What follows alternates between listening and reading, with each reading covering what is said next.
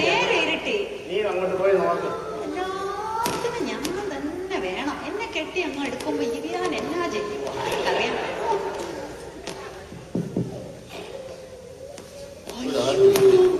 എന്റെ അച്ചായോ എഴുന്നേറ്റേ. അച്ഛനാ?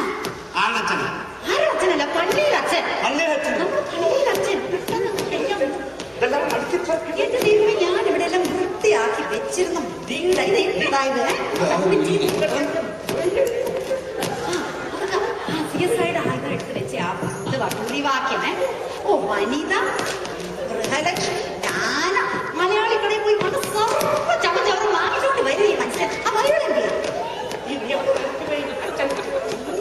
വൃത്തിയാക്കി വെക്കണം. അച്ഛൻ കുറച്ച് നേരമായി നിൽക്കുന്നു.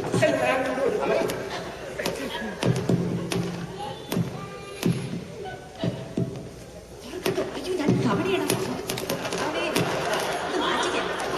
നിങ്ങൾ എന്തൊരു തണുപ്പാ. അയ്യോ, അച്ഛനായിരുന്നോ? എത്ര നേരമായിട്ട് ഞാൻ അവിടെ നിൽക്കുന്നു. എന്തൊരു തണുപ്പ്, കൈയും കാലും ഒക്കെ പോച്ചു കഴിഞ്ഞു. എന്ന് പറഞ്ഞ് ഈ തണുപ്പത്ത് ഞാൻ എങ്ങനെ ഇറങ്ങാനോ?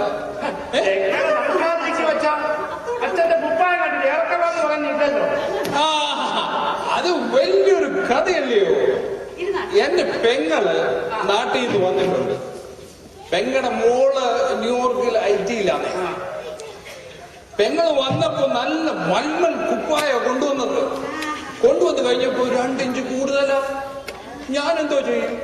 ഞാൻ നമ്മുടെ കൊച്ചമ്മയോട് പറഞ്ഞു, ഇത് നീള കൂടുതലാ, പള്ളി ചെന്ന് കഴിഞ്ഞാൽ കമ്മിറ്റിക്കാര് കളിയാക്കുവേ, അത് വേണ്ട. കൊച്ചമ്മയൊന്ന് മുറിക്കാൻ പറഞ്ഞു, 2 ഇഞ്ച് മുറിച്ചാൽ മതി. കൊച്ചമ്മ പറഞ്ഞു, നാത്തും വന്നിട്ടുണ്ട്, എനിക്ക് കുക്കിംഗ് ഒക്കെ ചെയ്യണില്ലേ, നാത്തും വല്ലതൊക്കെ തെറ്റിദ്ധരിക്കുമെന്ന് ഓർത്ത് കൊച്ചമ്മ പറഞ്ഞു, എനിക്കിപ്പൊ സമയമില്ലത്. എന്നാ പിന്നെ പെങ്ങളോട് തന്നെ പറയാം. പെങ്ങൾ എന്നെ കൊണ്ടുവന്നു. പെങ്ങളോട് പറഞ്ഞു ഇപ്പൊ എനിക്ക് സമയമില്ല, ഞാൻ മകളെ വിളിക്കുക ന്യൂയോർക്കില്. അന്നേരം പിന്നെ ഞാൻ എന്നാ അച്ഛ കഴിക്കും. മോളോട് പറഞ്ഞു, അവള് നല്ലതായിട്ട് തയ്ക്കും. ആ ബോക്സിന്റെ ഒരു തയ്യൽ മെഷീൻ മേടിച്ചിട്ട് അത് തന്നെയാ, അല്ല കമ്പ്യൂട്ടർ. അവളോട് അവൾ പറഞ്ഞ് അസൈൻമെന്റ് ചെയ്യാൻ എനിക്കിപ്പോ സമയമില്ലെന്ന്. ഞാൻ ഇതായാലിട്ടിട്ടങ്ങ് പോയേ. കുറച്ച് കഴിഞ്ഞപ്പോ ഉണ്ടല്ലോ കൊച്ചമ്മക്ക് വലിയ മനസ്താപം. അച്ഛൻ പള്ളി നന്നായിട്ട് ഡ്രസ് ചെയ്ത് പോണ്ട്. കൊച്ചമ്മ വന്ന് 2 ഇഞ്ച് അങ്ങ് വീട്ടിൽ കുറച്ചു. കൊച്ചമ്മ അത് അയാലിട്ടു. കുറച്ച് കഴിഞ്ഞപ്പോ പെങ്ങൾക്ക് അതിലും വിഷമം. ഞാനല്ലേ ഇത് കൊണ്ടുവന്നത്, ഞാൻ തന്നെ അത് തയ്ച്ചു കൊടുത്തേക്കാം. പെങ്ങള് വന്നു, പെങ്ങള് 2 ഇഞ്ച് വെട്ടി.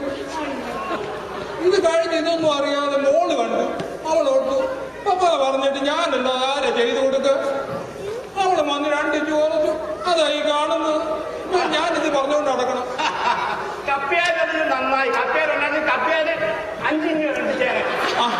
അതല്ലേ നമ്മളിപ്പോ കപ്പിയാരെ വെക്കാത്തത്.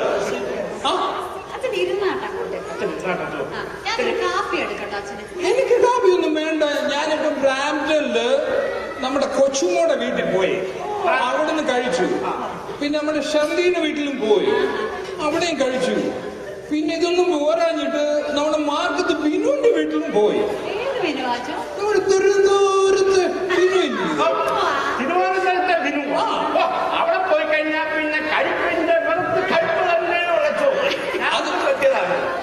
അതുകൊണ്ട് എനിക്ക് ഇപ്പം കഴിക്കാനൊന്നും വേണ്ട. ഞാൻ വന്നത് നിങ്ങളോട് ഒരു സന്തോഷ കാര്യം പറയാനാണ്. നമ്മുടെ ജൂബിലി വർഷമാണല്ലോ. പരിപാടികളെല്ലാം തകൃതിയായിട്ട് നടന്നുകൊണ്ടിരിക്കുന്നു. അതിനിടയില് കമ്മിറ്റിക്കാർക്ക്, അവർക്ക് അച്ഛൻ അറിയത്തില്ല, കമ്മിറ്റിക്കാർക്കെല്ലാം കൂടെ വലിയൊരു തീരുമാനം. അതായത് ഒരു മാതൃകാ ദമ്പതിമാരെ തെരഞ്ഞെടുക്കണമെന്ന്. അവൻ തെരഞ്ഞെടുത്തു. ആരാ? നിങ്ങള്.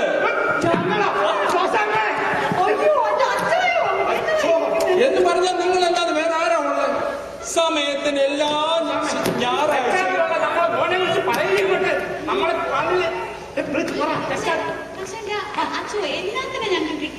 നിങ്ങളെല്ലാം ഞായറാഴ്ച സമയത്തിന് പള്ളി വരും.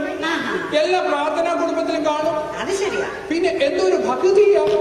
ഇതെല്ലാം പോരാഞ്ഞിട്ട് നിങ്ങൾ നമ്മൾ ഈ പരസ്പര സ്നേഹവും ബഹുമാനവും ഇതൊക്കെ കാണുമ്പോ വേറെ ആരെ എടുക്കാനാ? ഞാനും പറഞ്ഞത് കൂട്ടിക്കോ. അത് അച്ഛൻ പറഞ്ഞത് ശരിയാ. ഞാൻ എന്നാ പറഞ്ഞാലും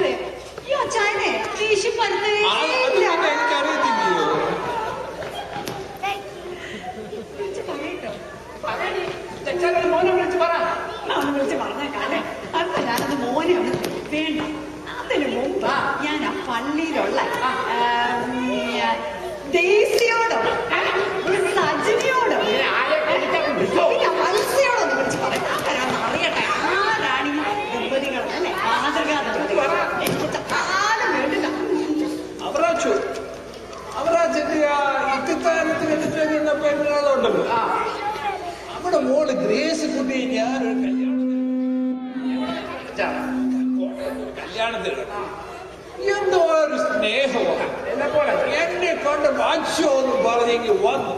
അന്നേരം ഞാൻ ഓർത്ത് നിങ്ങളുടെയൊക്കെ കാര്യം എന്തോ ഒരു സ്നേഹമുള്ള കൂട്ടം.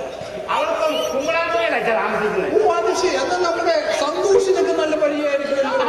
അറിയാം. അത് ശരി. എന്റെ കസിനായിട്ട് വരും. എന്നാൽ ഞാൻ ഇറങ്ങി. എനിക്ക് സ്കാർബറോയിൽ നമ്മുടെ ആനന്ദ് നിഷയും അവർ വീട്ടിലൊന്ന് കയറി. അവിടെ ചിലൊക്കെ പ്രശ്നങ്ങളാ. എന്തോ പൊട്ടിത്തെറിയാ. ഞാനിങ്ങനെ ചെറുതായിട്ടൊന്ന് ചട്ടിയും കലവല്ലേ തട്ടിമുട്ടിയൊക്കെ ഇരിക്കും. പറയാൻ ചെല്ലട്ടെ, ഞാൻ ചെല്ലുമ്പോ അറിയാം എന്താ ഞങ്ങളെ പോലെ ജീവിക്കാം. ഞാൻ എന്നാല് കുടിച്ചിട്ട് പോച്ചോ. കാപ്പിയൊന്നും വേണ്ട. ആ പോകുന്ന വഴിയെ ഞാൻ വിചാരിച്ചേ ആ സജന്റെ വീട്ടിൽ കൂടെ ഒന്ന് കേറിയേക്കണേ. നമ്മുടെ ഐസൊക്കെ എന്റെ കസിനാ. അതെ അച്ഛോ. എന്റെ അമ്മച്ചിയുടെ അനിയത്തിയുടെ അപ്പാപ്പന്റെ വിളപ്പന്റെ നാപ്പന്റെ എല്ലാം അതൊരു അടുത്ത ബന്ധമാ. അത് പറഞ്ഞപ്പോഴാണ് ഞാൻ ഓർത്തേ. കഴിഞ്ഞ ആഴ്ച സജൻ എന്നോട് പറഞ്ഞു, ബന്ധം പറഞ്ഞു. അന്നേരം പറഞ്ഞത് ഞങ്ങൾ കസിൻസാ. ഞാൻ വിളിച്ചു. ഞാൻ ലതയെ വിളിച്ചപ്പോ ലത എന്നോട് പറഞ്ഞു, സജന് പണി കൂടിയിട്ട് ഭയങ്കര ലേറ്റ് ആയിട്ടാ വരുന്നേ. പ്രോജക്റ്റ് പ്രോജക്റ്റ് പ്രോജക്റ്റ് എന്ന് പറഞ്ഞ് അവിടെ തന്നെ ഊണ് ഉറക്കും. ഞാൻ പറഞ്ഞു പിന്നെ ഞാൻ വരാം. ഞാൻ അങ്ങോട്ട് പോട്ടെ. നമ്മുടെ ജോയ് ചെമ്മണ്ണൂരിനെ ഒന്ന് കാണും. ഓ എന്തോ അയാളത് പള്ളി പണിയണം പറഞ്ഞുകൊണ്ട് നടക്കുക. ഓരോ പരിപാടികൾ ഓരോ സമയത്ത്. അല്ലാതെ ഇപ്പൊ എന്തോ പറയാൻ നല്ല കാര്യമാണ്. പള്ളി പണിയുന്ന നല്ല കാര്യമൊക്കെയാ. ഞാൻ അങ്ങോട്ട്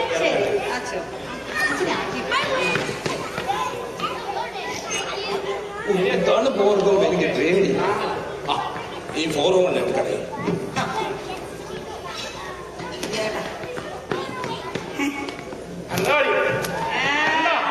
എങ്ങനെ ഇരിക്കുന്നത്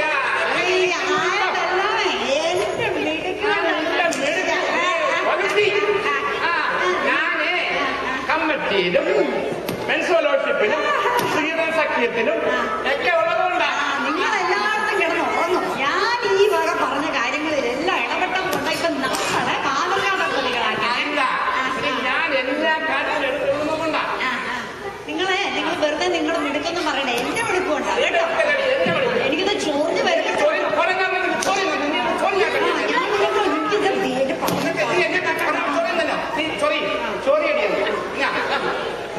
എനിക്ക് ദേഷ്യമൊന്നും കണ്ടല്ലോ. നിങ്ങൾ ദേഷ്യപ്പെടാണല്ലോ.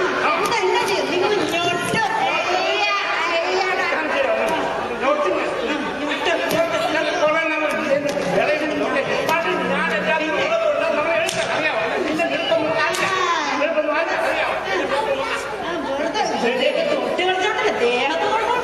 ഞാന് എന്റെ കണ്ണാടി ഇവിടെ വെച്ചെന്ന് തോന്നുന്നു. നിങ്ങളുടെ ഈ സ്നേഹവാ എല്ലാവർക്കും മാതൃകയാകുന്നു. ഞാൻ എല്ലാവരോട് പറയും, ഇത് തന്നെയാണ് ഈ സ്നേഹം. ഈ പ്രായമായ വേളയിൽ നിങ്ങളുടെ ഈ സന്തോഷവും പരസ്പര വിശ്വാസവും എല്ലാരും കണ്ടുപിടിക്കേണ്ടിയതാണ്. ഞാനെന്നാ പോട്ടെ. ഈ കഥ ഒന്നും ഇങ്ങനെ തുറന്നിട്ടിട്ട് പോകല്ലേ. കള്ളന്മാര് കയറി